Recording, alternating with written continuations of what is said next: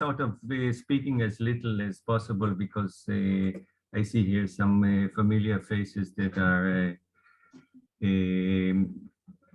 clearly able to do so better than myself. I would like to start with Abraham Idan because he is the person in charge of the Agassi estate, and he may have a message to all of you regarding the treasures that are found there. So Abraham, would you like to say a few words? I was a student of Agassi. I wrote the PhD in 1980s with Professor Ben-Ami Sharpshen and Agassi were the advisors. We wrote 2 books together, so these are the 2 books. I don't know if you can see them. One is Back to Differ, and the other one, Philosophy from a Skeptical Perspective. Both were published in one in Cambridge University Press, another in Springer. And I was a very close friend together with Nimrod, but for many years I used to visit him every few weeks and to discuss the philosophy and other things for many years. And if you have any question, if you wrote something, if you did something with Agassi, and then you need my approval for republishing or something like this, please contact me and I'll do it. My email address is abraham@wizsoft.com.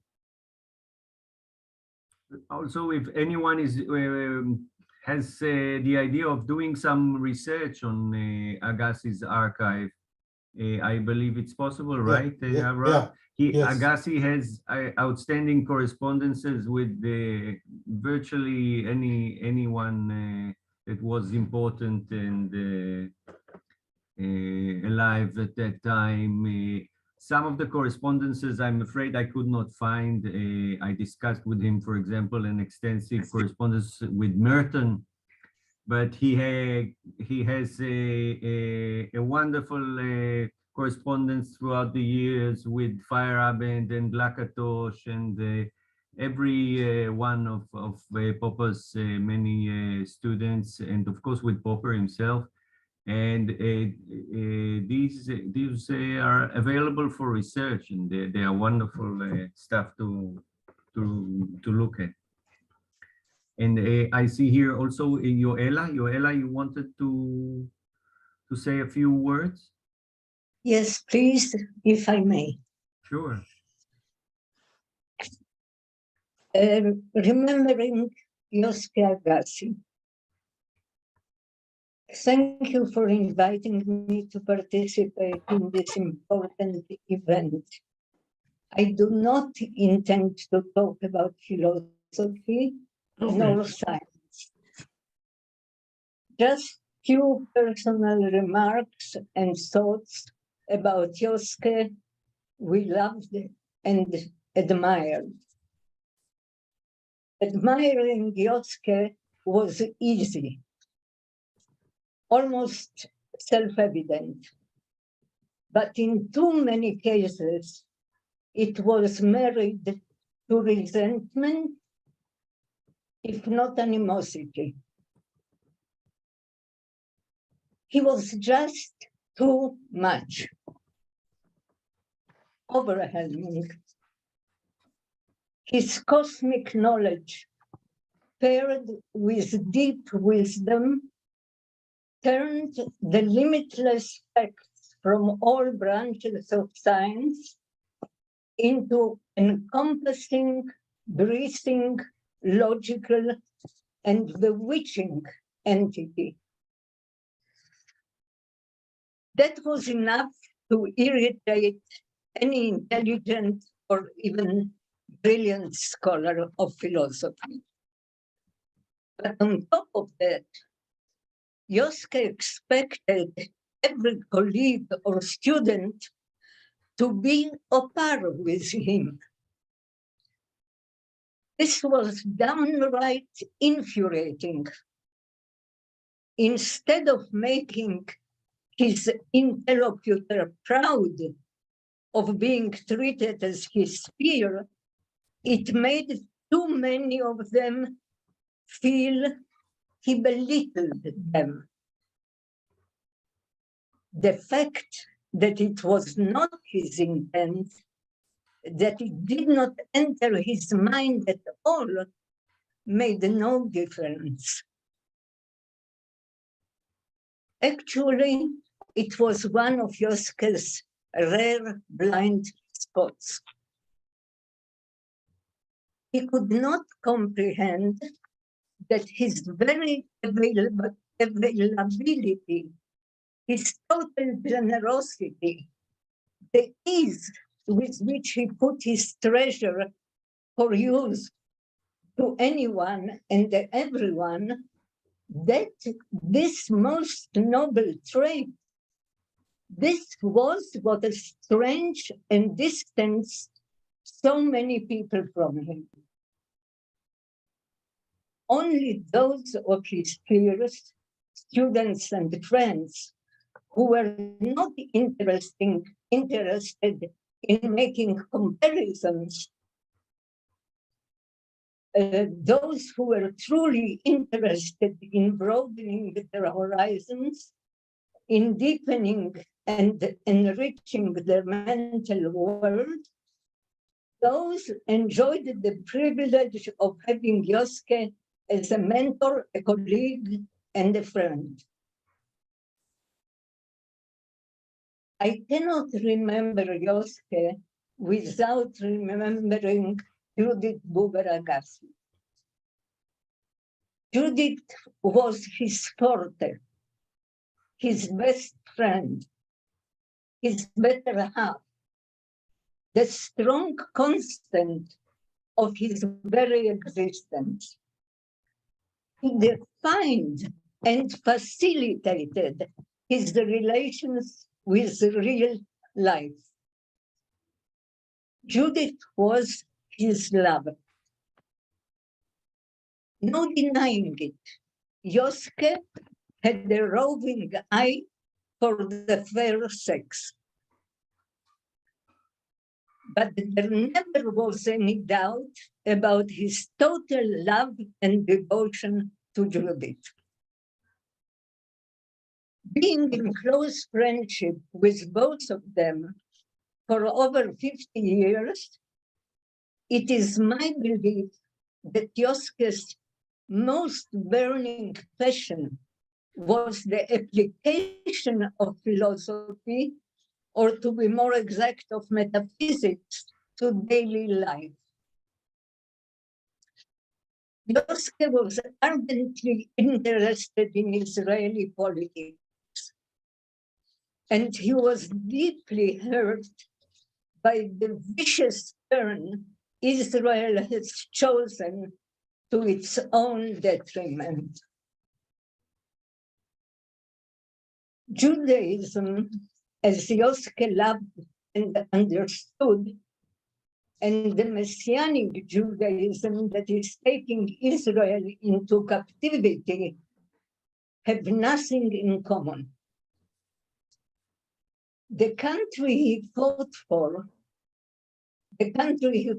for its independence as a parachute officer, barely out of high school, turned its back on every principle and every value Yosef believed in. Yosef's last few years were marked by two contrasting features. He mellowed in personal relations, and he enjoyed a remarkable and popular following and great esteem to which he was not accustomed. On the other hand, he suffered acutely by the loss of Judith and the disappearance of the vision he had of Israel. Finally, I cannot shut up about my overriding feeling since Yosuke left us. To tell the truth, I am mad at Yosef. I am really mad at Yosuke. How dare he live like that when the country, all of us, his friends and his students and followers are in such dire need of his guidance and wisdom. Thank you. Yoela, way to go. Thank you, Yoela. Maybe can you say a few words about the circumstances of meeting Yosuke and getting to know him? How did you meet him? I tried to remember, but Yosuke is such an integral part of my life that I just can't remember the time that he wasn't in there. I think an Israeli poet, her name was Batsheva Sharif, introduced us. When was that? Over 50 years ago. And since then, it was Yosuke. You know how he was. Charlie certainly knows how it was. And Nimrod and everybody else around. Charlie, would you like to say a few words? Oh, my gracious. Well, I could tell how I met Yosuke. It's a rattling good story, actually. I was a graduate student at Yale University in the History of Science and Medicine department. Are you hearing me all right? I know my voice. Yes. Okay. And Derek Price put a book in my hand telling me it was the antidote to my enthusiasm for Thomas Kuhn. And that, there we go. That book was Towards the Historiography of Science by Joseph Agassi. Along the way, I attended the seminars of Norwood Russell Hansen, and we became friends, quite unexpected. Hansen has a place in the long arc of the development of our discipline, history of science and philosophy of science. I made an application for my PhD qualifiers, having taken all my coursework and achieved the necessary grades. And the answer was a letter dismissing me from Yale University, canceling my fellowship, informing me that I would not be allowed to register for courses in the fall. So I picked up the phone immediately and called Russ Hansen. And he said, meet me at the college at 1 o'clock, which I did. And I read the letter out to him. And he was mightily angry. He said, they have to realize that graduate students are not medieval serfs. And his first suggestion was, come to my department and I'll see that you're admitted and you can be my PhD student. And I said, I don't have an undergraduate foundation. I would have to spend 2 years studying undergraduate philosophy and then take my qualifying exams and then move on. So thank you, but no. And he said, would you like to study with Tom Kuhn? I can arrange it. I said, well, that's more Ivy League, and I think I've had enough Ivy League for a while. But do you know a man named Joseph Agassi? He said, know him? I got him his job at BU. And that was the first of 3 stories that I heard how I got Joe Agassi his job at VU, all of which had a foundation in truth. I mean, these were not fantasies. So he said, I'll call him and arrange for you to meet him. And so later I got a call. Agassi will see you, be on the corner in Park Square in Boston at noon on Thursday, or whatever day it was. So I presented myself there. It was a blistering hot day. I had no idea how I would recognize Agassi or how Agassi would recognize me. And then this beat up jalopy roared up to the curb. The driver leaned across the seat and threw the door open and shouted, Agassi, get in. So I got in the car and I started with the usual formalities, and he said, wait. And he turned the corner and drove the car up half on the sidewalk. Reached in the back seat and pulled up a shopping bag, Jordan Marsh shopping bag. And he said, I won't be long. If a cop comes, drive around the block. And vanished. And he was true to his word. He came back in about 10 minutes and nobody bothered me. And then he got in the car and pulled off the sidewalk. And he said, now. And that was the starting gun for a conversation that only ended when he ended. And he became an integral part of my life. My first thought when I heard that he had died, and by the way, 4 days before he died, I was Zooming with him, or the other, whatever it was, the video. I asked him, do you have any plans to leave home there? And this is, I remember the last thing he said to me, as long as I am here, I am here. And I thought, how marvelous a tautology. But my first thought was that Yaska had been such a bastion in my life through multiple crises of varying magnitudes. Now, I had always had this feeling, although I didn't have a lot of transactions with Yaska over the last few years, we would speak on video at least once a month, sometimes even within a few days, if we had some ongoing business. I always had this feeling, if I came apart at the seams, if I broke down, if my whole way of living was suddenly turned upside down, I had Yaska behind me. I could go to Yaska and I could be sure that he would save me, I would say, from total disintegration.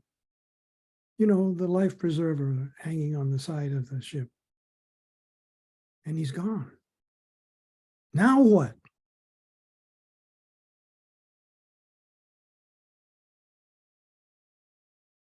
Well,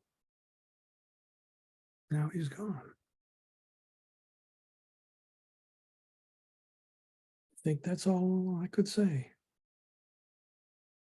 Thank you very much. Chen, I believe you're next. Would you like to say? There's an order. First of all, I like to say that I am giving a great big virtual hug to both Yoela and Charlie. You moved me like I cannot tell. And Charlie, I'm sure that you know that just like Yoske had this knack for picking up the pieces and putting a person back together again, he also had the knack to do the exact opposite, which is what I think Yoela mentioned when she spoke.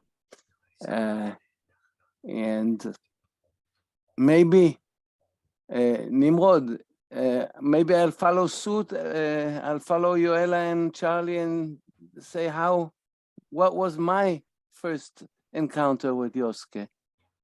I mean, my meaningful encounter, because I knew him already as a child. He is my uncle, but I never really knew him. And at some stage in my life, I was about 22, right out of my military service. I joined a cult in Israel, and the Iman, if it is of any interest. And when I left the Iman a year later, I was a lost soul, if ever there was one. If there's any meaning to the words a lost soul, that was me.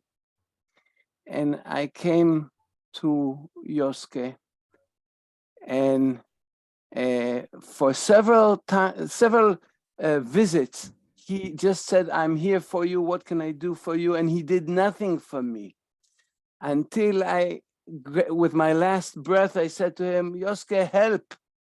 And then he helped me. And later on, when I asked him, why didn't he help me before? He said, "Because you never asked." And I'm trying to make a point here. And the point is this: one, Yoske saved my life in more than one way. Two, he was a cold-hearted, cruel misanthrope, if ever there was one. Three, he was my last hope, not despite of being a cold-hearted, etc., but because of it, by it, through it. And with your permission, Nimrod, I'll tell exactly how it took place. He said to me, "The way I see it, you are addicted to wanting and wanting not the same thing. This is what is called ambivalence," but he didn't use that word then. I think he knew that I didn't know the word. And if you want, I can tell you how to overcome this addiction. And I said, "Yes, please." He said, "Draw an imaginary map in your mind of all the things in your life that move you in any way.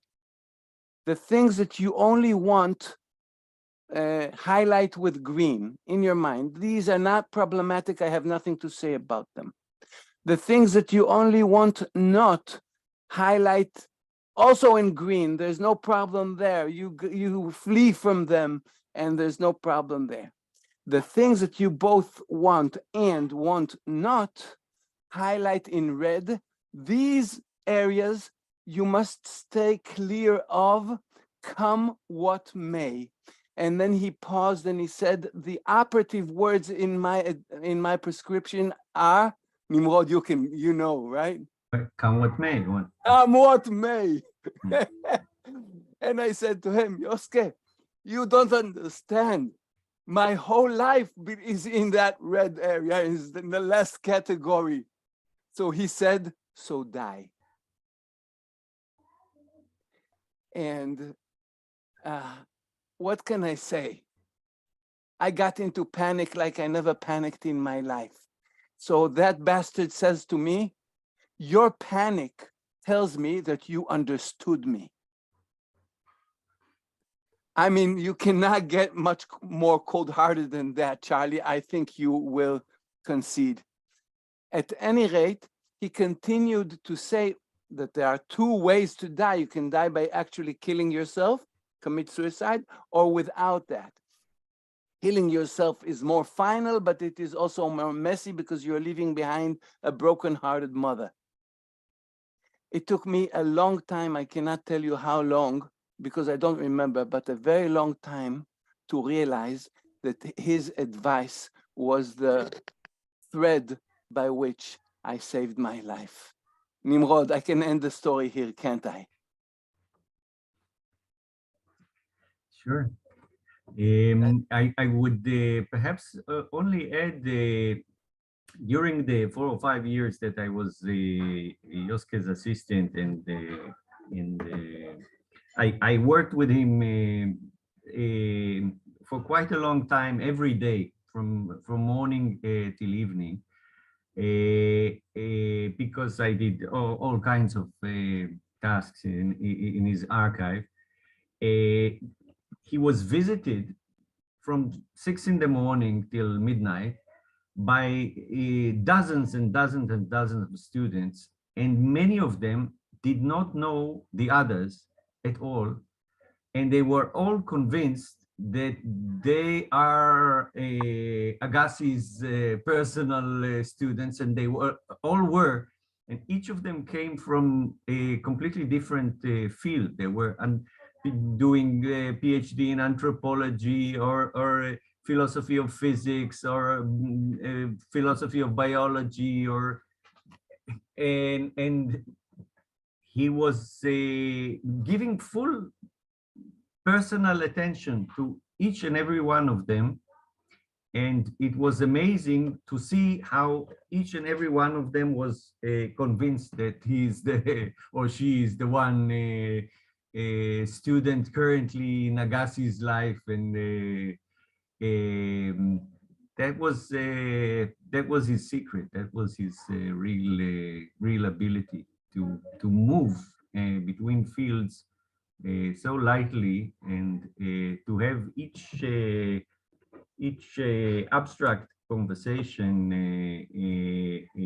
to resonate into the personal and into the most intimate, as Chen just described, and then to return to the abstract, and often translate it into a research, into a meaningful study, not just a meaningful personal experience.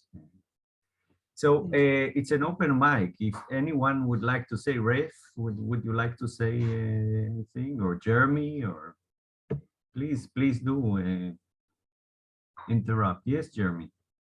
I have got a contribution to make, although I'm not quite sure in some ways whether it is proper, just in the sense that while I have got a great respect for Yoska's knowledge, I really didn't get on with him and felt that I didn't gain anything much from him. Can I tell a couple of stories and then explain? I feel a little hesitant just because I feel, given the tenor of the earlier contributions, that it's a little like people joining people who are paying tributes at someone's graveside, but then kind of blowing a raspberry. But let me say, as a student in the LSE philosophy department, I knew of Yoska, and I think I recall him as having given a paper to the Popper seminar on a Tuesday, or it was either that or he was due to give something but didn't. I say this because I have an association of him and the seminar agenda, but I don't recall what his talk will be on. I also recall references being made by Lakatos to his paper in Mind on sensationalism, and in the philosophy of social science seminars to some of his work in that field. I read and really appreciated his Towards an Historiography of Science, and growing up in the LSE philosophy department, I felt him very much as a member of that community, but one who was physically removed. I mean, there were others such. I mean, Ian was an example as well, and so on. I was, I think, probably first in personal contact with him when I was chair of a philosophy society that some of my fellow students had set up at the LSE because they discovered that if they set up a student society, they could get money from the students' union that they could use for buying beer and wine at receptions. I suggested to them that as it was a philosophy society, we should have activities. Agassi was coming to the LSE and he agreed to give a talk. He left it up to me to suggest what he would speak about, and we agreed the topic, which was duly advertised, the philosophy of the social sciences. He, at the appointed time, came into a large LSE lecture theatre. If anyone knows the place, what was then called the New Theatre. But rather than coming behind and to a lectern and giving us a lecture, he simply sat on the bench at the front and asked, "Do any of you have any questions?" This, which I fear he picked up from Popper, and which seemed to me to be one of the very worst features of Popper's lecturing, is a disastrous way to proceed. I recall Leslie I strongly disagree, but yes. Well, okay, we could. I just think it is terrible. But I recall Leslie Sclair, who was at the time a lecturer in sociology at the LSE, who was in the audience, complaining strongly and sort of denouncing this, addressing his complaints to me, who was in the chair and not, I would stress, responsible. My second memory of Joske was at Altbach. I'd gone there when I was at Popper's assistant. I didn't get to attend anything as I was working on the revision, typing and retyping of the talk that Popper was due to give there. It was very much a working meeting for me. My recollection was that Popper had been invited to a small conference on creativity at the Schloss Kronberg by the German pharmaceutical company Boehringer Ingelheim. They, if I recall correctly, agreed that I could join him at that, and then paid for my rail travel to near Altbach, and then for a ticket onwards to Copenhagen, where I was going, and back to London. Prior to going there, I'm sorry if this sounds like a Shaggy's dog story, I purchased cheaply in Edinburgh a 2-volume edition of Jonathan Swift's works, and then happened to read, just before going there, a short piece in the course of which Swift had said that the difference between someone sane and a madman is that the madman says everything that comes into his head. This touched a nerve in the sense that I'd recently been reading some of Joske's work and had, as happened frequently when I was reading it, it just made me very fed up, because while he was obviously incredibly knowledgeable, his work seemed to me to be horribly disordered and in effect to be written almost after the fashion of a stream of consciousness. Accordingly, when I met with him on a one-to-one basis on the hillside in Altbach, I was prompted to say, "I think that you're mad," something which, if I'd had the chance, I would have explained by reference to what Swift said. In the event, Joske thought that this was a cryptic message that Popper had asked me to pass on to him, and wrote it up as such in his A Philosopher's Apprentice. More generally, I suspect that it might well simply be a matter of, in part, the settings in which we met, but also of our very different personalities and temperaments. But I was left feeling that I just didn't gain from interactions with Joske in the way in which I should have done. He seemed to me to know an incredible lot and to have interesting ideas, but to be reluctant to spell these out in terms of theories with which one could critically engage. For example, he's written a lot about science and metaphysics, but just what claims was he making about science and metaphysics, or about how metaphysics should be evaluated? There are lots of suggestive remarks in his PhD thesis, his scientific problems in the Bunger volume, and in his Faraday, and in many other places. But where does he advance a theory with which one can try to get to grips critically? In addition, it seemed to me that he had a tendency to act a bit like a would-be sage or oracle or guru. All of this, I'm sure, was my fault in terms of just how our personalities interacted, but it left me very frustrated and feeling really that if only I could have got him to spell out his ideas in a more systematic and coherent form, I could then have gone on to engage with them.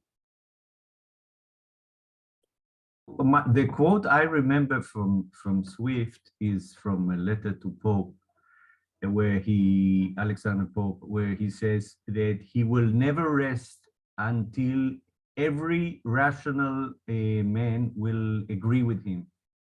And whether or not historically this is true or not, I believe this is what turned Swift mad toward the end of his days. And, well, we're talking about different things. I'm not sure. I'm not sure. We are. Sorry, this was a brief occasional piece of Swift's.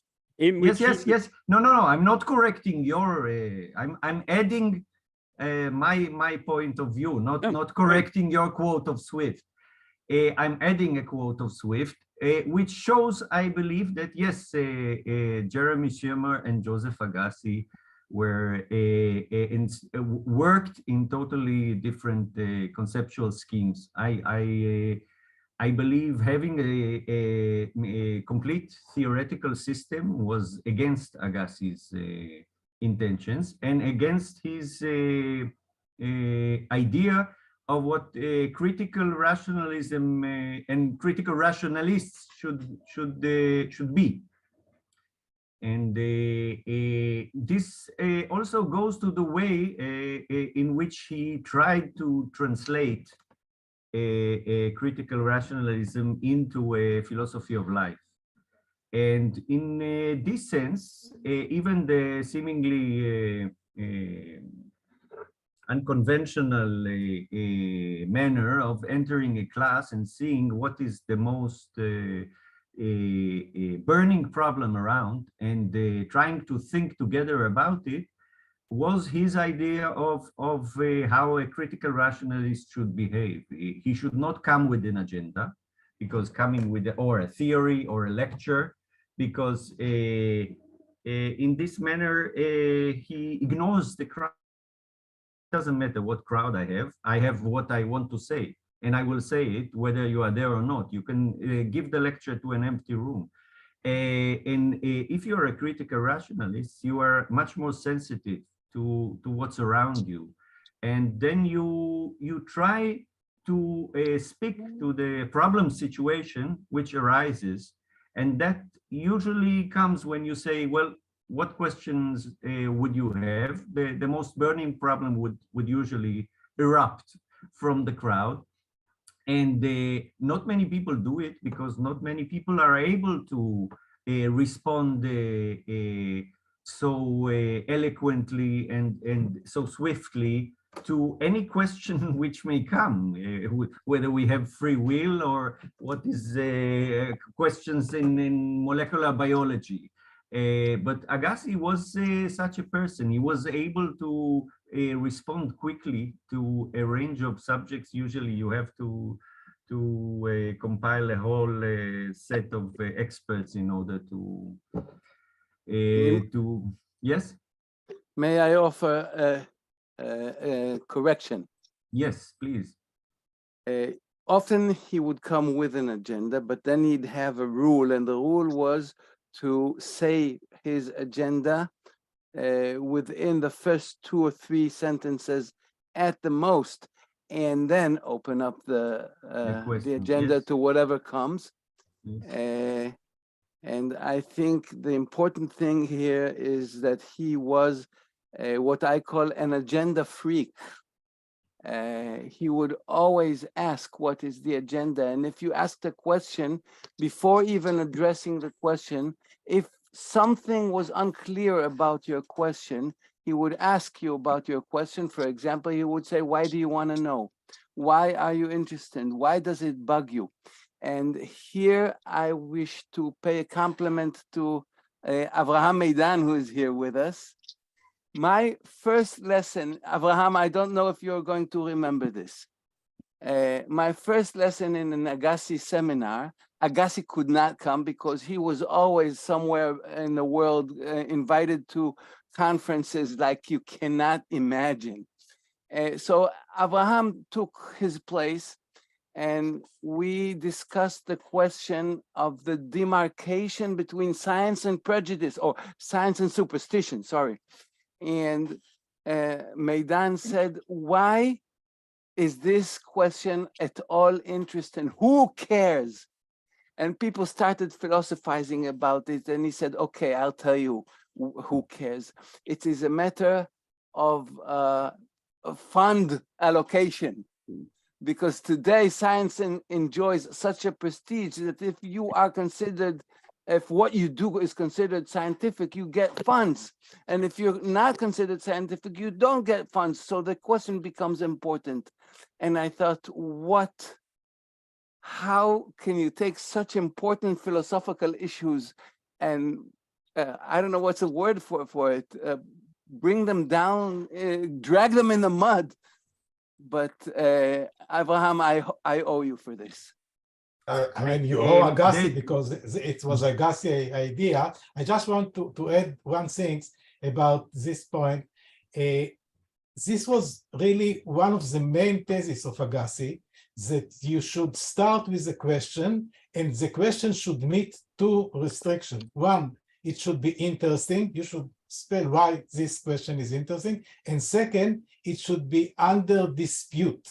And the dispute should be between two theories, not the, at least, like the dispute, at least two theories. At least two theories. So because many students ask questions like, and again, this is examples that I learned from Agassi, are cats good or not? So they are not good because they can hurt you, and they are good because they can kill snakes. This is not a dispute, because we both agree that hurt you by their nails is not good and killing snakes is good. So there is no dispute. There's no here. Contradiction. No, it's not not just contradictions. It could be that the position cannot be true together. They can be false Mutually together, exclusive. but not, exactly. And this is, by the way, what we did in the Beg to Differ. This was the idea. I told Agassi, it's time to write a book where you position these ideas clearly. And just to reply to Jeremy, it is true that some of Agassi's books you cannot know exactly, because he told me that this is one of his problems, that he write by association. But at least where the books that we wrote together, philosophy from a skeptical perspective, it's you have a theory, a well-constructed theory about his idea about skepticism. And in this book, he even goes further than Popper. This is true of most of Agassi's collaborations. The most successful ones are with people who did not let his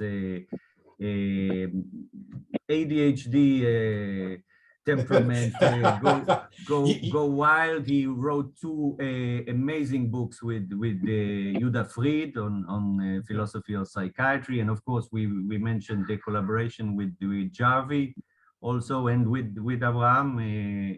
And he asked me to do it. He told me, I mean, you have to control me. By the way, in these days there is another book with Uri Weiss about game theory. So it has just published.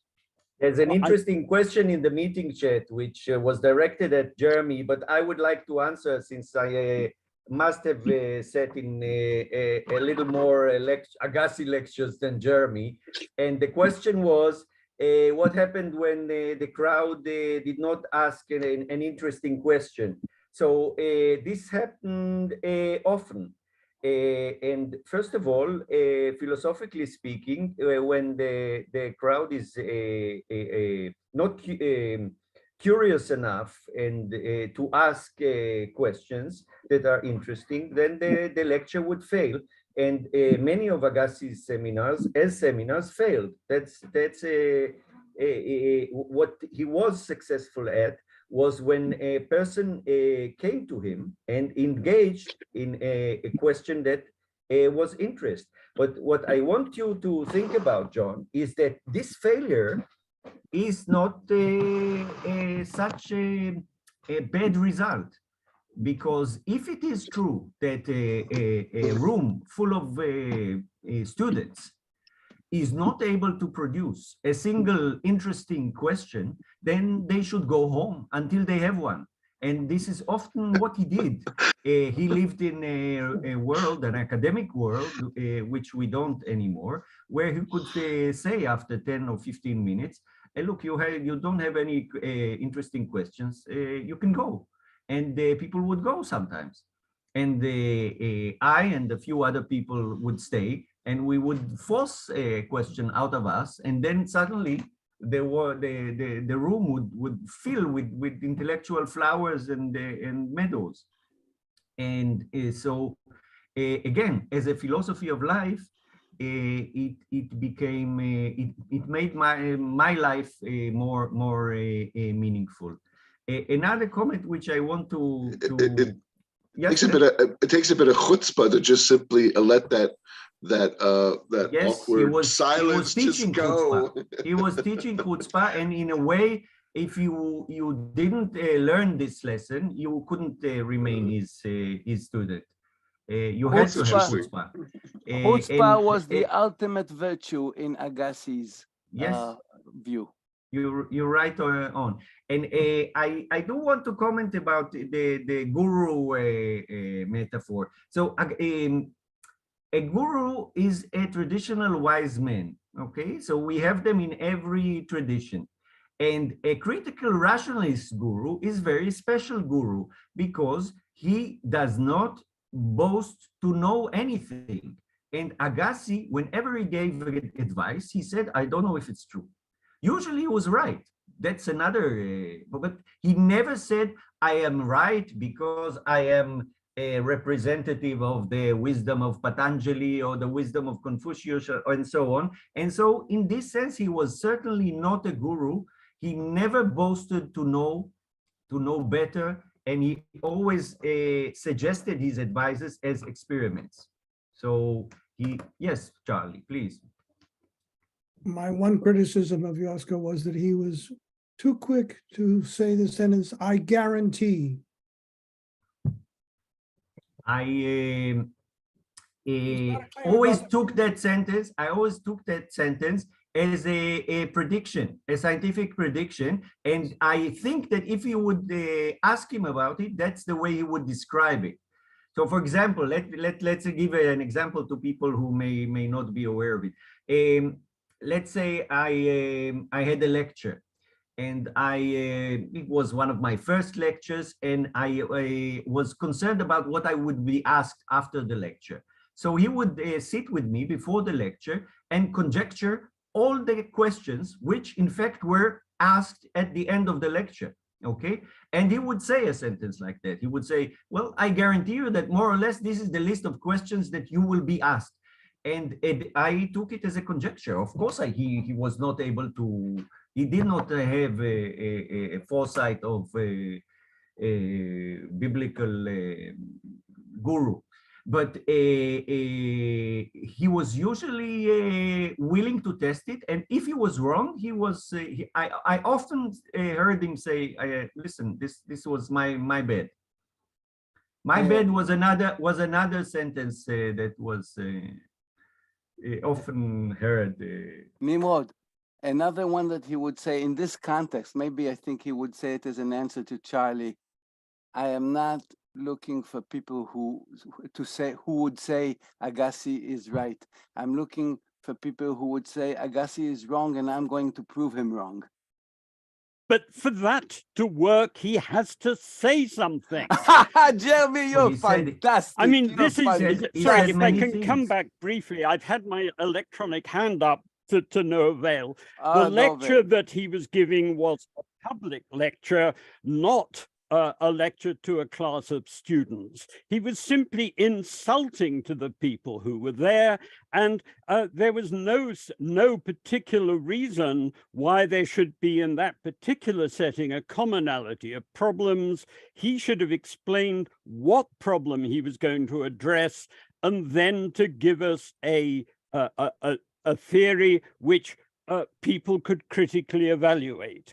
The oracle stuff, it was basically that he made cryptic remarks. I mean, it was a bit like addressing the oracle at Delphi or something. So I'm sorry, but this is certainly how he behaved to me. And in general, it seems to me that his that his sort of stream of consciousness stuff effectively puts his ideas beyond criticism because he doesn't actually articulate and explain them. I think that the lesson that I've learned from this is really that I should go back to Agassi, but make sure that I read the stuff when he hadn't managed to break away from his keeper, and so that his stuff was under better discipline. So thanks for that valuable lesson. I mean, I just found myself utterly frustrated because he was incredibly knowledgeable, but he never actually seemed to me in when I had conversations with him or in a lot of his own writings on his own to actually sit down and explain what he took a particular problem to be, and then in a kind of systematic way to explain what he was wanting to say. I would say that for that to work well, you would need to engage in a dialogue with him. It is true that it is less likely to happen in writing, and it happens very often in dialogue, because every particular reader is different and has his own objections and criticisms, and so you would have to engage in a close dialogue with him. But that's why, in order to get to the gist of the lesson. Yes, but you see, that's why the sitting on the bench asking, have you got any questions to a large audience, that's the human condition, Jeremy. That's the human condition. That's why we usually don't read a book from cover to cover, because no, you do, but that's why you are in a different conceptual scheme than Agassi. Nimrod, there are people who want to speak, Margaretha and Malachi. Malachi, please. Yes, I like to get some feedback on the article, Who Needs Aristotle? I read in the apprentice book that it took like 20 years to get published. And so I'm just curious, because there are multiple ways that the article can be read, and so I like to hear the genesis and the feedback, and whether people just said he's doing what Popper is doing, that's attacking Aristotle a little more, or whether there was actually something else going on. If you read the paper, it's a very clear example of Agassi formulating a question at the first page and discussing every historical answer to it, and finally doing a very original contribution in the end. So it's a good refutation of Jeremy's impression, I would say. And what made it difficult to publish, I think, is its clarity. And the fact that he says that Aristotle is unclear about the question, because his metaphysics is a mishmash of everything that preceded him. And that's not something that is usually taken to be politely to be polite. Yes, that was his opinion of Aristotle. Yeah. Now, Malachi was here earlier raising his hand. I don't Malachi. see him anymore. I just No, I see him. I see him okay. in front of me. I have another question, but I'll let Malachi go first. No, please, Margaretha. Margaretha, you were the first. Okay. Please go ahead. I just want to say this. I got to know Agassi when we did the first meet and greet, and so I should say Rafe introduced me to Agassi, and so he very gracefully, because he was gracefully, he showed up a couple of times while we were practicing how to do Zoom and making sure we understand the time difference and so. But then I had 2 email interactions, and I think they're of fundamental importance, like it's my view. And one was, I asked him, do you know Stefan Pepper? And he has a book, World Hypothesis, and it is about the role of paradigmatic metaphors, but also root metaphors. And then he replied that I had touched his heart or something, because I had brought up the topic of metaphysics. And so that made me actually very happy. But then I felt like I was afraid now, what shall I reply next? Because I never know. Now I'm going to get some other response. And then at some point, we started talking about the interactions at LSE. And that was Lakatosh and Feyerabend. And so I was trying out a balloon of saying that maybe I should give us a background. My partner's father was analyzed by Karl Abraham. So he has a connection with the Freudian paradigm. And in Great Britain, there is something called the object relations paradigm that's very different from Freud. And out of that is coming what they call the trauma-informed literature. And here at Cornell, there is Katie Carruth and Shoshana Feldman. And I don't know how many people are familiar with that they look at the history through the angle of trauma and war. And they actually go back to the Iliad and the Odysseus. So I was trying out that argument and say, is it possible that Lakatosh had experienced some trauma and that Feyerabend had his own trauma that he needed to claim? And then his answer was very quick and to the point that he thought Lakatosh was evil. Lots of informal conversation, get up, get ourselves more tea, coffee and cakes. Yeah, and so there's the moment that he said that Lakatosh was evil, I actually didn't respond because I didn't know, I just didn't know how to continue because that was a little too extreme because what do we mean by the word evil? So, and that gets back to Aristotle, because I have found 3 world hypotheses of Karl Popper. If you look at all the footnotes, that is actually very similar to Aristotle's original triangle of reference. So not all the bastard versions of the early 20th century, but what Aristotle himself originally says. And that is if we use the word evil. So what are we trying to denote? Like, can we point our finger to something? And if we, at a minimum, maybe we pointed at a text where the word evil is written.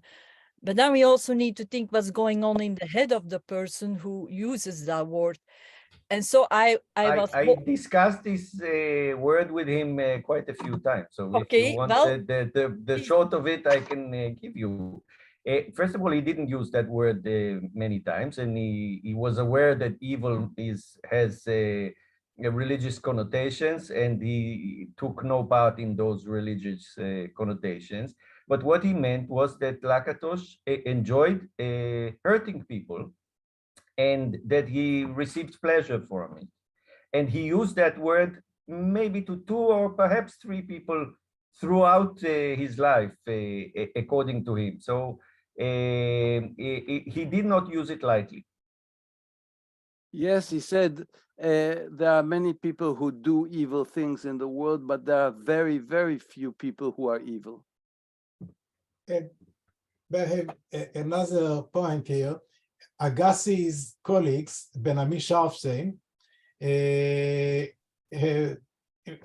published a book where he argued that you can reduce or explain many of philosophers' idea by their psychology. And Agassi didn't like this idea. So perhaps this is why he answered your, when you mentioned psychoanalysis and things like this, he didn't like to explain philosophical ideas by psychological problems.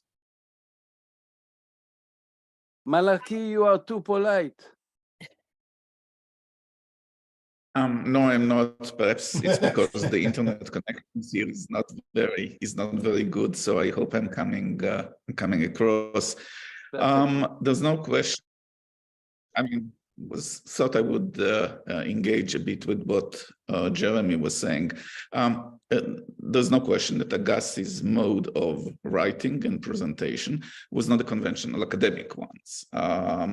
But I think it is a gross exaggeration to say that there were no theses or ideas that were posited that one could engage. I can go over a number of them that I at least, got, whether they are in the field of epistemology, which is his version of modified conventionalism. I think there are a number of proposals there that I could engage.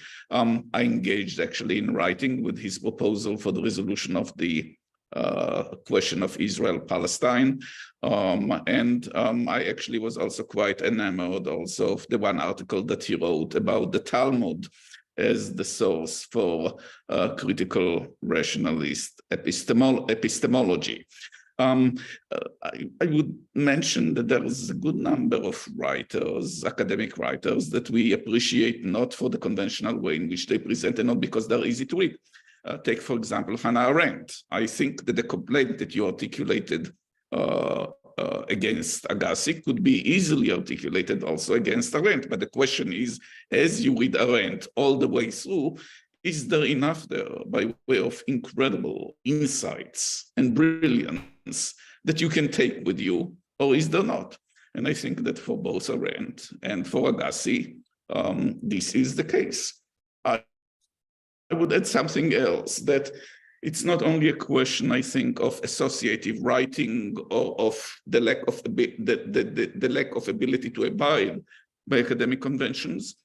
There's also, Agassi was educated in the yeshiva, which he mentioned only a few times, and in the rabbinic mode of discussions.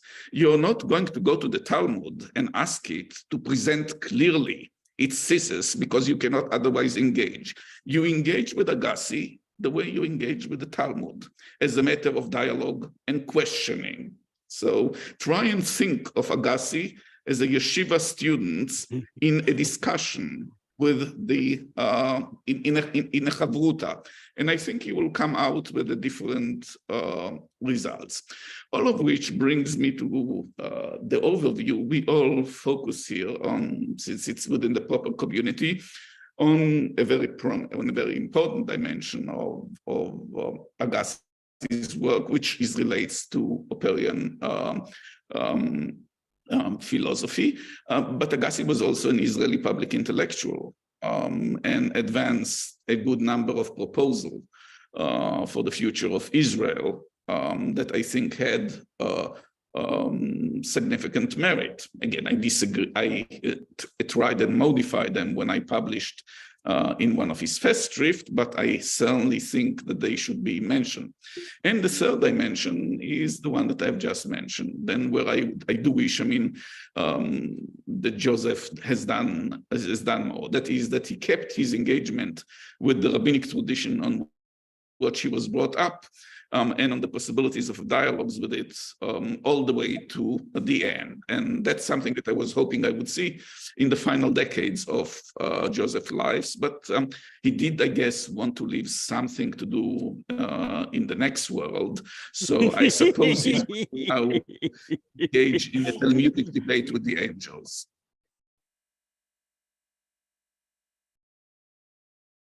Nimrod, let me direct your attention. Aaronagassi is with us. Aaron, would you like to say a word, Aaron? I'm trying to get my I'm having a little problem with my. We hear you well, though. So if you don't succeed, you can still.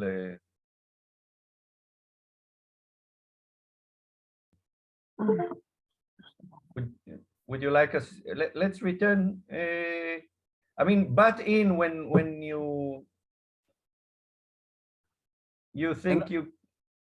And also Michael Segre. Oh, Michael Segre. Michael, how are you?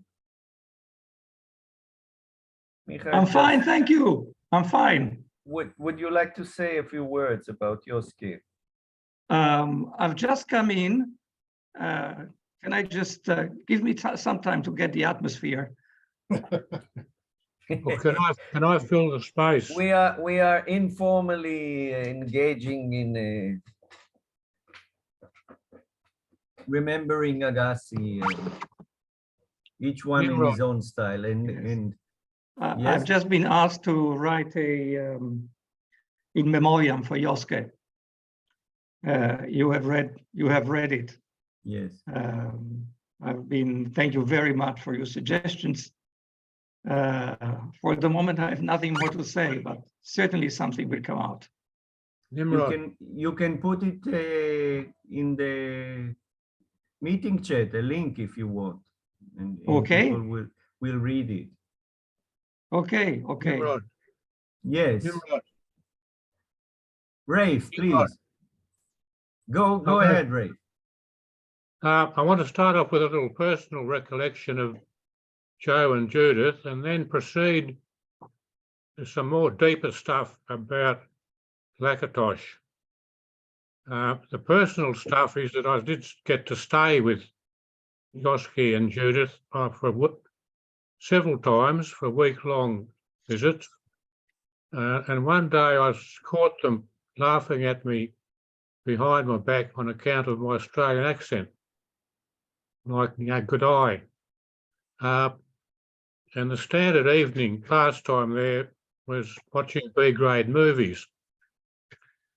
Now, getting towards some more serious stuff, it was at Yoski's place where I met none other than Charlie Sawyer.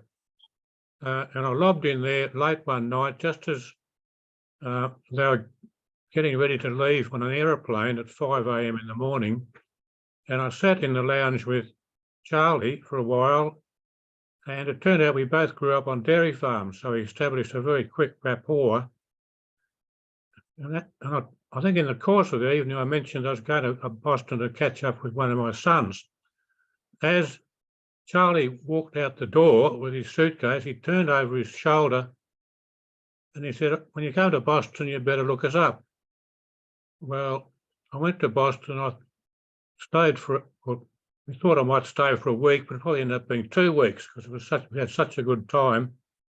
But when I left, they said, "By the way, when you go up to where you're going up to at the University of near Washington, they said you might like to catch up with this lady who actually wrote a serious study of Lakatos.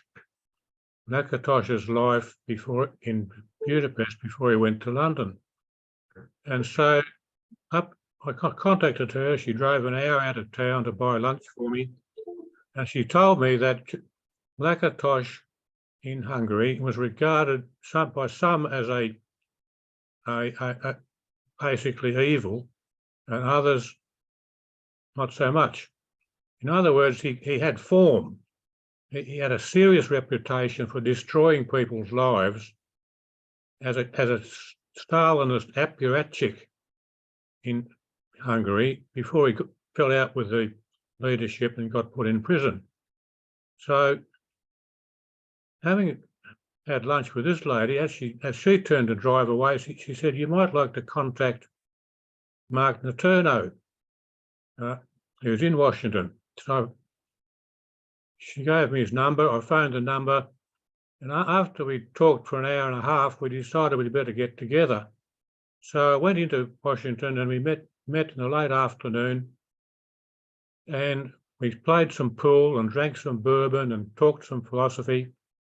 And then we had dinner and we played some more pool and drank some more bourbon and talked some more philosophy until they decided it was too late to get on the train and go back where I came from, so I'd have to stay overnight.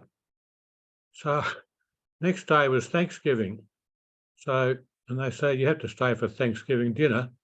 So at the dinner, we ate and drank quite a bit.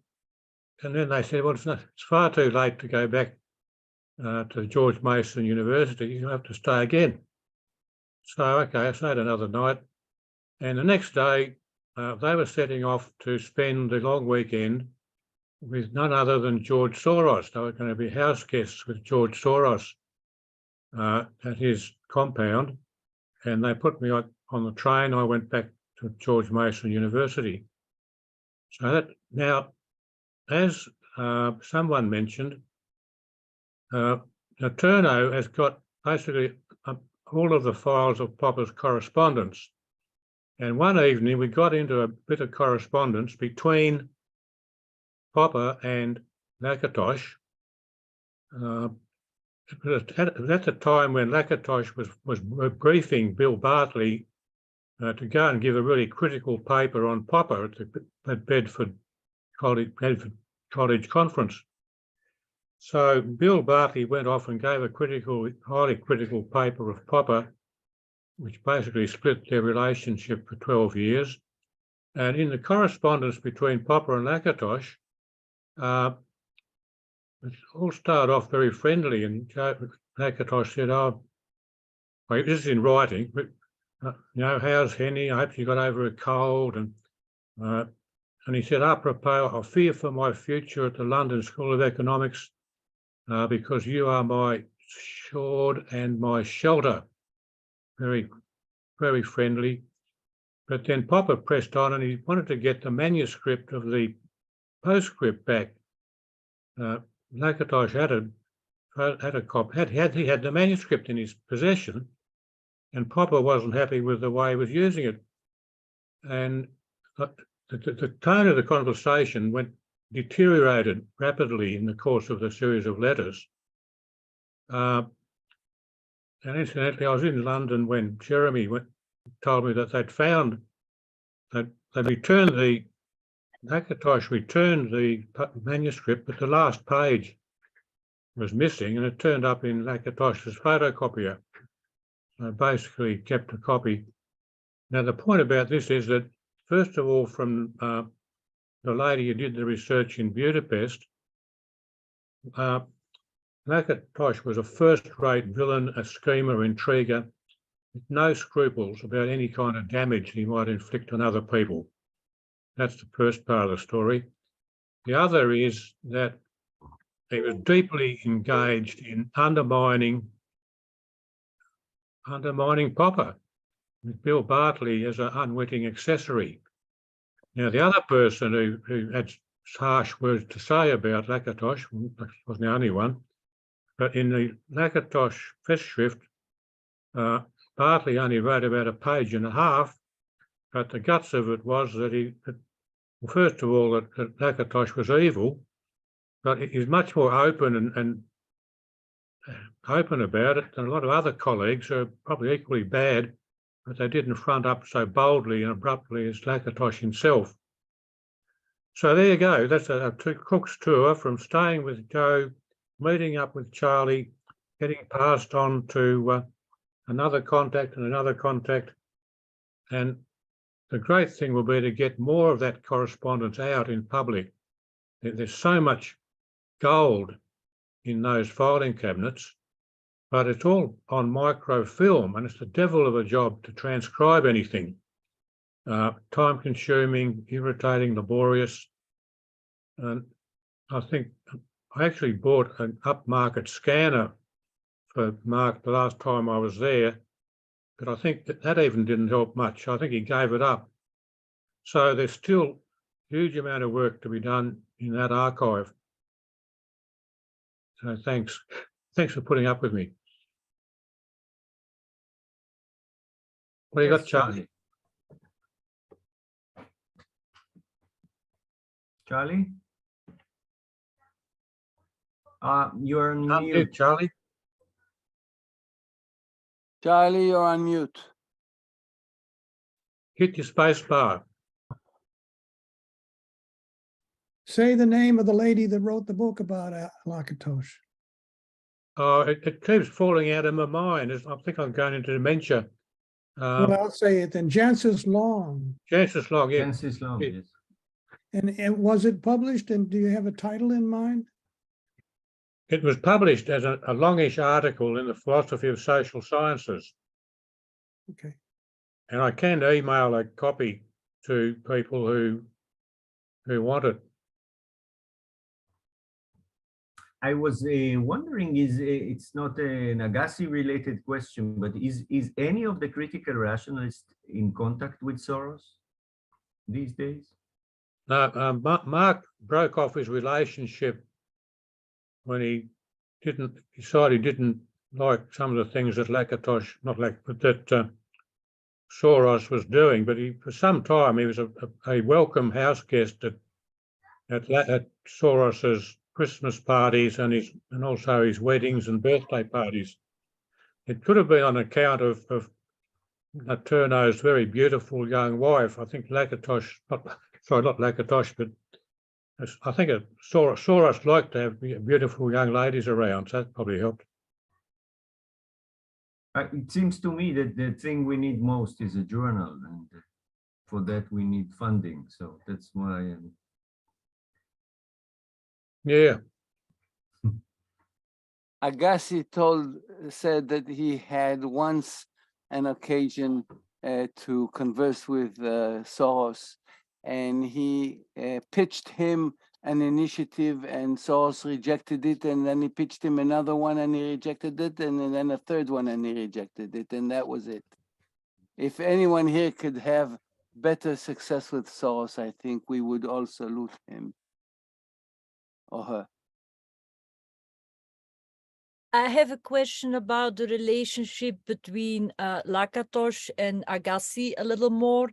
There was that conference, the Bedford conference, that, okay, and so now I only know what is written in the apprentice book, but that Agassi wasn't there, I guess, and that actually that was the machinations of Lakatosh, or how Lakatosh was networking all the time, according to Agassi, in order to, and plotting in journals, in corridors, in order for Agassi's career to wane. That yeah. was. So that there was a very dysfunctional culture, and I'm just wondering when one of those historians of philosophy is going to actually really write about it, because I think it's actually a very significant period, because that there were great, I mean, that's the way that I'm reading it all. I think there were really very important ideas being developed, but then you have a couple of dysfunctional people, and they just really changed the course of history in some way by their disruptive behavior. And so that there is something to be learned from what happened there, that the entire discipline of philosophy actually needs to open its eyes to. And so I think the apprentice book that Agassi wrote is actually extremely important, because it allows to see how a philosopher thinks also.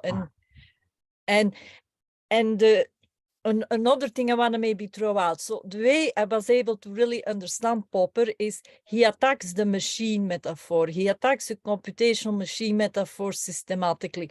And if you look at the literature, it was like Thomas Hobbes who introduced the idea that mental activities are identical to those of a mechanical calculator.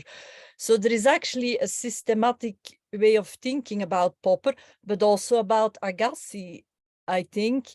And so now we're living in a universe where everyone is thinking that the machines are going to be smarter than us, while in reality it's just some artifact. And it's like an automated librarian.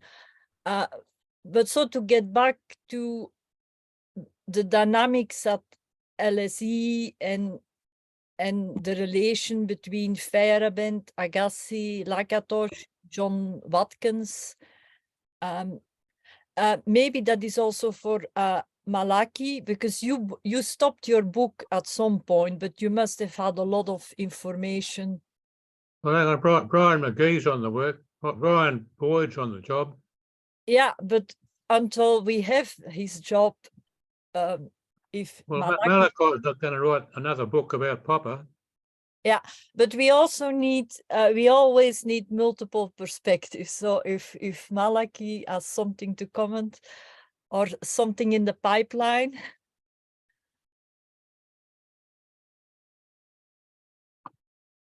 That would be desirable. May I ask something? Yeah, I think that as you mentioned, that the entire possible period appears only as an epilogue in my book, and my impression was identical to yours, and you articulated it very well. And that is that if someone were going to write a complete and full history of the Popper circle at the LSE, it's going to be one of the most fascinating stories in the history of philosophy, that we have bits and pieces and we have parts, and we clearly have a lot of personal testimonies which can be worked with, and I suspect that we now have also some archives that can be accessed, although what we don't have, again, is with the departure of Ian, with the departure of Joseph, the people who were involved are no longer with us. But this does not mean that the task is impossible, and it would be fascinating. It is also true that part of the reason we do not have that production about that fascinating circle is because the discipline of philosophy has been moving in different direction. But that, again, that does not need to interest us, i.e. the fact that they are not interested in Popper and in the Popperian legacy. And I would greatly appreciate it. I was hoping initially that Jancis Long was going to do that when I saw what she was doing with Lakatos. But I'm really hopeful if you or someone does that, I would love to help you in whatever way, you can. It's a story that waits to be told, and it will be an extremely important story.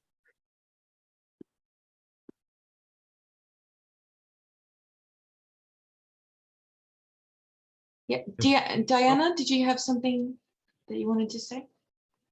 Yes, I just wanted to ask if he did not like the computer model or machine model, like why did he not like it, and what else did he propose as model?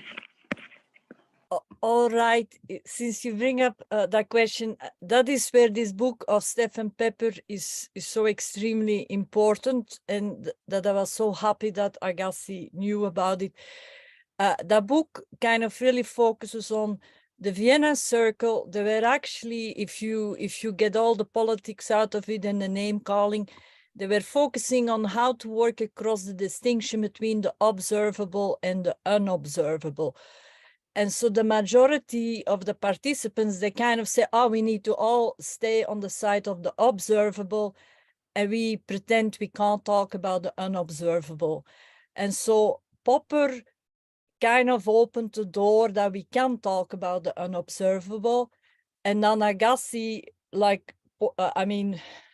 put it wide open. But meanwhile, in the United States, you had the Macy meetings, and you had some meetings about artificial intelligence. And there they decided to anthropomorphize the machines, the cyberneticians. And then after this, there was total confusion because there was a human language used to describe a computer talking from A to B. Then they started saying, and now humans are identical to machines.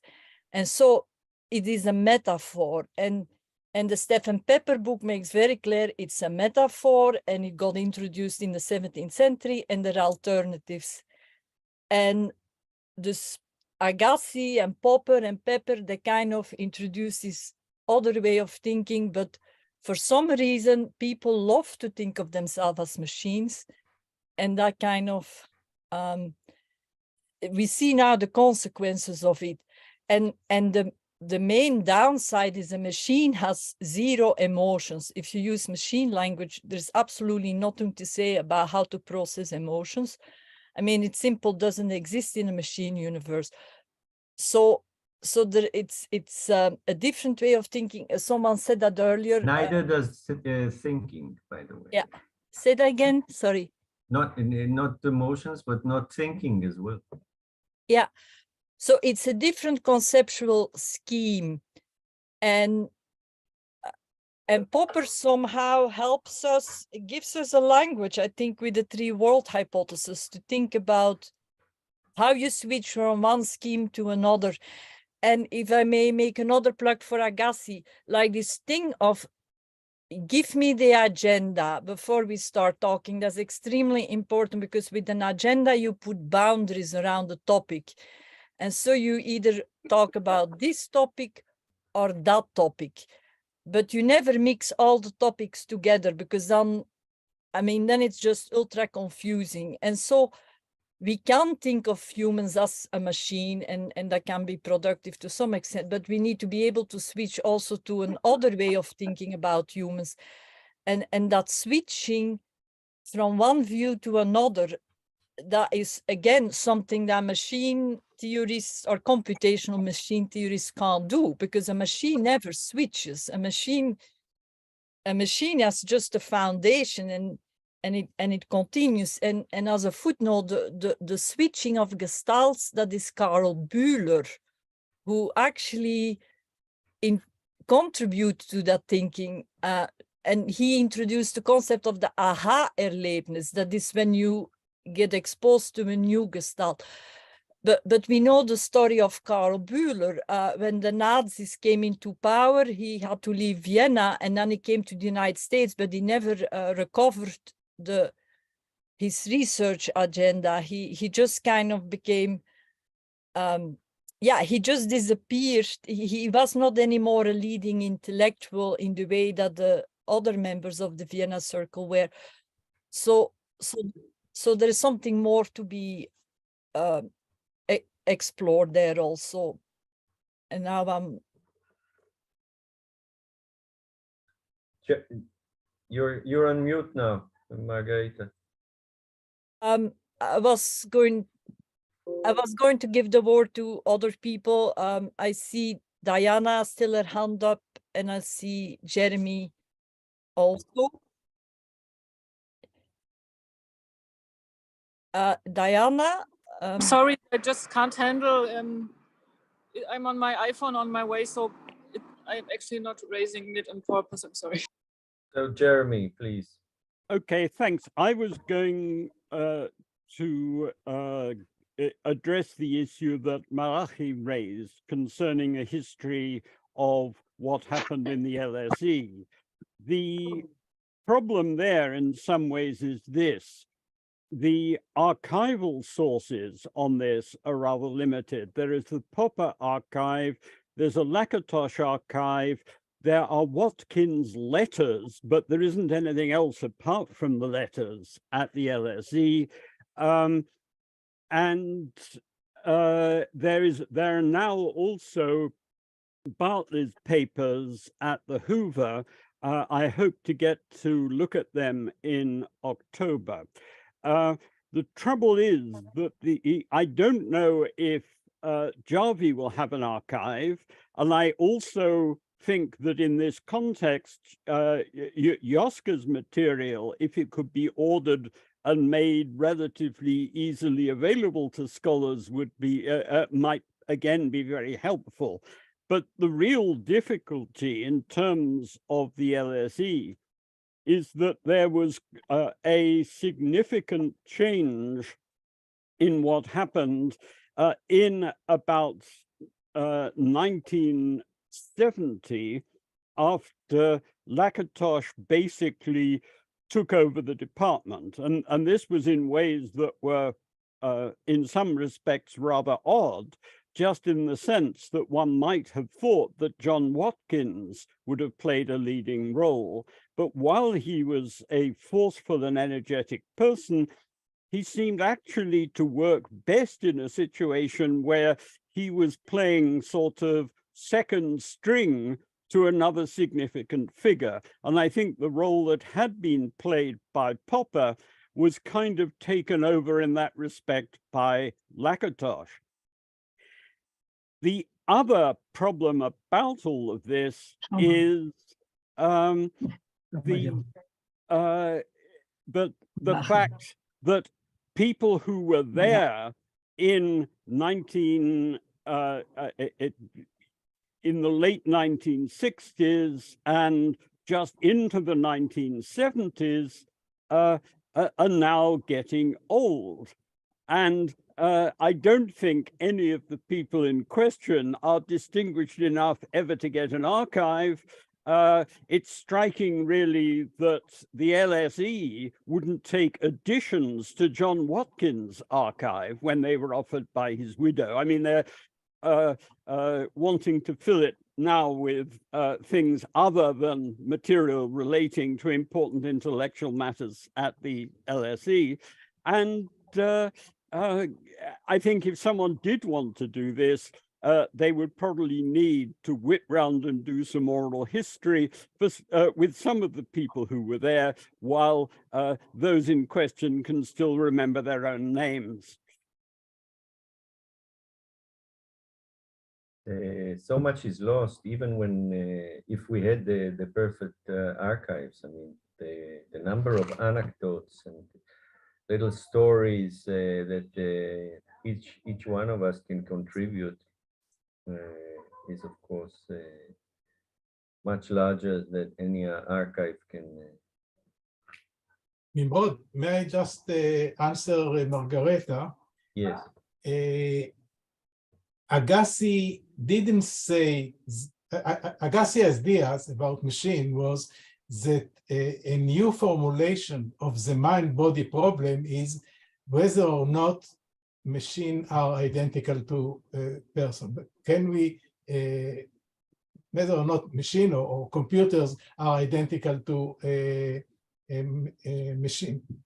So this is his idea, and we wrote it in the book Beg to Differ as a new formulation of the mind-body problem, and he didn't have a fixed idea or that answer to this question. And I see that Sam in the chat said something similar. What he said was that since matter can think, I mean, obviously, brain can think, yes. But the question still is how or whether how comes matter can think, things like this. So this is a new formulation of the mind-body problem. This was Agassi's idea.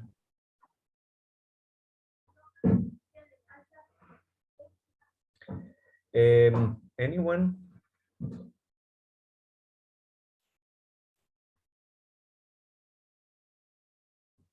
I can, Chen? I'm deliberating because there's no doubt in my mind that there's a lot to be said about Agassi that was not said yet. So Really? Maybe I will suffice with one thing, with your permission. Somebody said here, and I completely agree, that no matter what field of knowledge, or no matter what thinker Agassi applied himself to, he always took the best of the best and then improved thereupon, or at least criticized thereupon, and that at least according to some accounts, this was the background for his falling out with Popper. So I want to suggest what I consider Agassi's main contribution to furthering or to advancing Popper's philosophy beyond what Popper himself had in mind. And I think it is this. Popper said that we must invite and open up to criticism, and we must tolerate the fact that other people think different from us. And Agassi said, this is true, we need to do that, but it is insufficient, it is not enough. We need to actually do it with love and with ease. We need to be happy when somebody criticizes us. We need to rejoice, not only to accept, but to rejoice the fact that other people Who was it that said, seek yeah, criticism, not praise? come again, please. Who was it that said, seek criticism, not praise? I don't know, but this is a very this is very becoming of your father, of course, and it is also Popperian. And maybe we should I should close this thread of thought by giving credit where credit is due. Agassi himself gave credit to the Talmud. Somebody mentioned here to the Talmudian, I think Malachi mentioned it. Talmudic, thank you very much. The Talmudic tradition. And in that tradition, I think the epitome of that tradition was in the relationship between Rabbi Yochanan and Resh Lakish. Rabbi Yochanan and Resh Lakish disputed almost over everything. And when Resh Lakish died, Rabbi Yochanan could not bring himself to enjoy the company of another scholar who agreed with him over everything. He actually needed as a means for, I don't know how to call it, for spiritual growth, for personal gratification, somebody to disagree with him. Thank you. Now, Chen, yeah, Nimrod is the chair, I think. No, okay, go ahead. I'm trying to be as little a chair as I can. Something I've been working on is, we talk about disagreement and that you should embrace disagreement. What about miscommunication and incomprehension? I feel that there are some people who fail to I think it's the same process, that to bridge miscommunication requires the same process or similar process of ongoing error detection and course correction. And even some people who will criticize cannot tolerate incomprehension, which is as much a part of the human condition as disagreement. Yes, but I would add that in order to comprehend each other, we need to share a problem situation. This is well, lovely. Even if they, well, like they could be trying, well, the problem situation, there are all kinds of problems that I'm dealing with, but the problem is bridging the communications gap. I understand, for example, that my cat is hungry now because I can be hungry too. So we share a problem situation, and that's how I can empathize with her and sometimes understand. the problem is actually just listening to the other person. Quite often we just fill in the blank and assume that we understood and listen to the other person when we don't really. We just fill in the blanks and sell ourselves that we actually listened and heard them. It's a general problem. Absolutely. Which is what is the movie? I'm trying to remember. What's the name of the movie with the linguist working with aliens? Arrival? Is it? Too much American mythology. Aaron, you remind me of another movie. You please tell me which it is. I only remember the quote. We seem to have a failure of communication. Failure to communicate? No, that's Cool Hand Luke. What we have here, failure to communicate. Yeah. Yes. Failure to communicate. Basically, that is a parody of cognitive behaviorism, where the purpose of communication is for you to obey me. Exactly. Exactly. Your father, by the way, mentioned many times that people who are reluctant to express disagreement, instead of saying, I disagree with you, they say, I don't understand you. and sometimes we mistake disagreement for misunderstanding, and sometimes we do the exact opposite. We mistake misunderstanding for disagreement. Some people feign incomprehension when they disapprove. This is intolerable. That was exactly the point. Yes. Jeremy? Yes, I mean, just on this, it seems to me that one can usefully distinguish between addressing this problem in the setting of a dialogue, where typically the way to go might be that if someone says something, you have difficulty in understanding it, you typically then offer a reformulation and say, look, does this capture what was going on? A reformulation requires some assumption of what the problem is. Yes, of course, but and if someone and if you're dealing with an interlocutor who refuses or who fails one way or another to provide any clue what's wrong. Well, what you might, I'll tell you, for example, it's common. There's a particular bad writing advice which is very popular, and that is to simple writing. So that someone, instead of engaging with the writing, is infuriating, that someone, instead of engaging with the writing, says, spouts rules about simple writing, instead of attempting miscommunication repair in order to really abet the rewriting. It's kind of a pseudo engagement.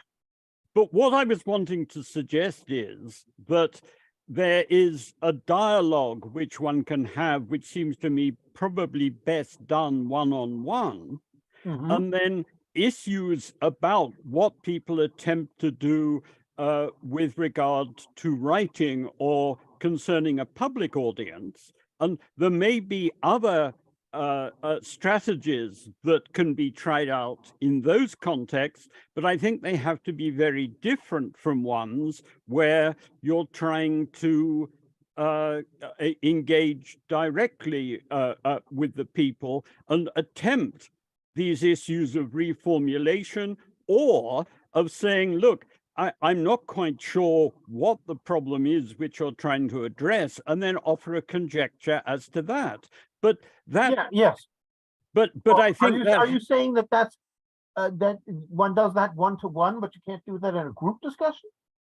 Yes, just on the grounds that it typically requires a cut and thrust between the individuals. You might be able to do things in a small group, but I don't think that you can do it effectively even in a larger group, just because it does require that allocation of time and direction.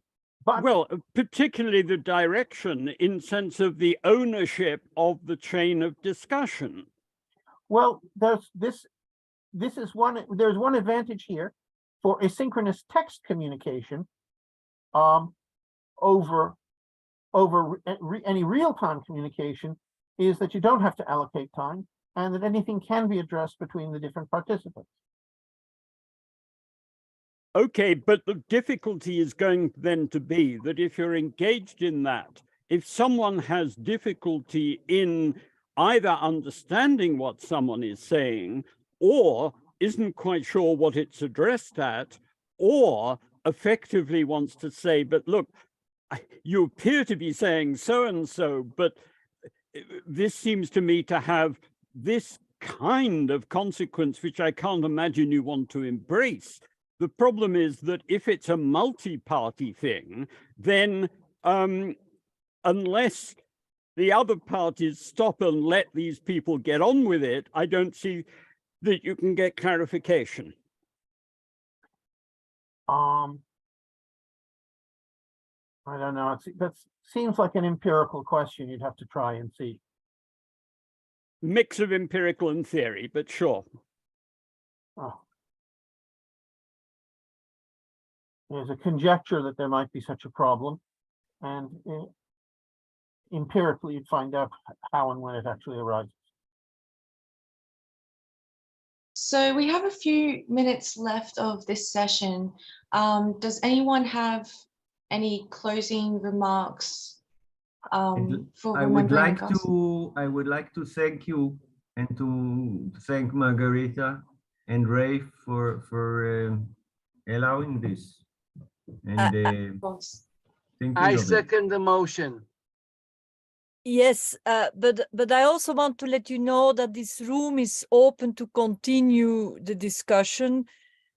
So there's something that's going to happen in the other room, but that's a completely different topic. So if you like to continue talking, you can. I mean, this room is open for the next 8 hours. Whoa. If there are still some topics to be explored.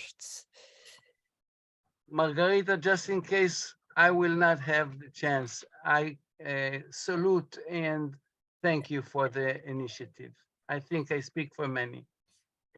Well, one last thing, if I may, I'm about to drop into the chat the link to the slideshow of photographs of my photos of Yoska. So yes, if you just click on it, it will come up and you'll see the slideshow.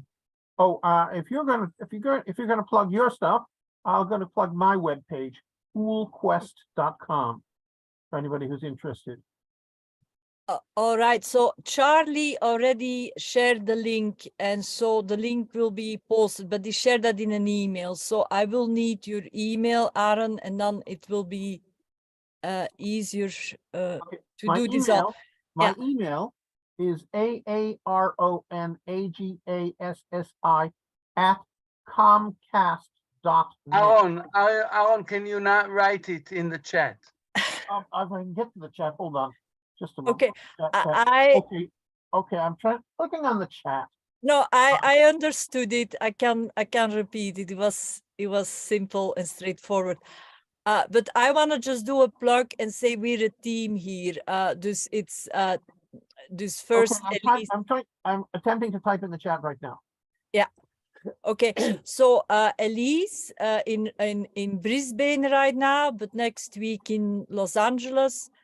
And actually, I'm curious about what Alex said about Brisbane earlier, but there is also Rafe, and then there's of course also Luc Castellan. Luc Castellan is administrator of the Facebook page of Karl Popper on the website. So we're like literally a small institution that informally that emerged out of nothing, and if I so anyway, you can continue talking here, and if you if that's of interest yes, in several hours I will be talking a little bit about Sheldon Richmond, who wrote a book, published a book recently, for those of you who know him, Reclaiming Our Humanity, and it's all about asking questions. And I think he's kind of continuing the Agassi tradition, but he needs our help because we all need to ask questions. It's not just one person or a small group. We need to teach the art of ask. We need to bring back alive the art of asking good questions, like interesting questions, like Professor Agassi did in his seminars, I guess.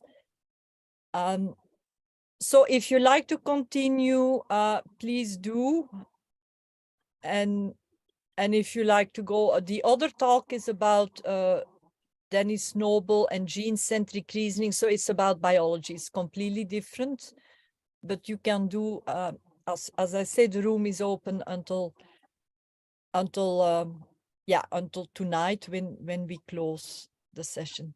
Oh, okay. I got my email and my webpage into the chat. Very good. Thank you, Aaron. Okay. And actually, yeah, sorry, go ahead. No, I'm apologizing because I really have to go. So thank you. It was wonderful to see you all, Charlie, Abraham, Chen. Yoela, I think I Aaron. missed your speech. Yeah, I was maybe going to mention the way my first introduction to Agassi was in the 90s when I got the book of essays dedicated to him, and I think it was Rafi Sassofer who discussed him as a teacher, and so that caught my attention. Paper. Yeah, it's a beautiful paper. This that he had to do speed reading, and if you couldn't do speed reading, but I also think, Aaron, that we exchanged some emails in the 90s, if I remember correctly, because, but you may not remember me.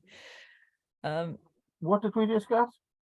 Well, we just, it was something generic about maybe finding a way to do something, but then there was, of course, the financing that needed to be taken care of. And I was just a PhD student, so I was in no position. I had to finish my dissertation. I was in no position to start any adventures. And as a footnote, I used. I pitched you you mean I pitched you a business proposal? I'm not going. I'm reluctant to say it in those terms, but I vaguely remember that we did talk about something. I see. Oh, okay. I tried to develop a business idea. Yes. I see. Okay.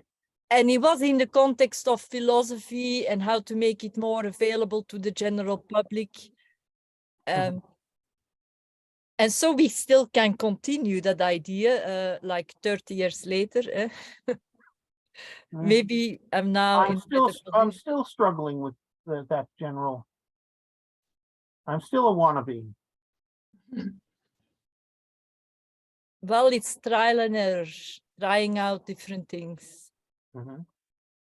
So if everyone's ready, we can move over to room 2 and we can go back into that main events room. Otherwise, you're more than welcome to stay here and continue the discussion as well.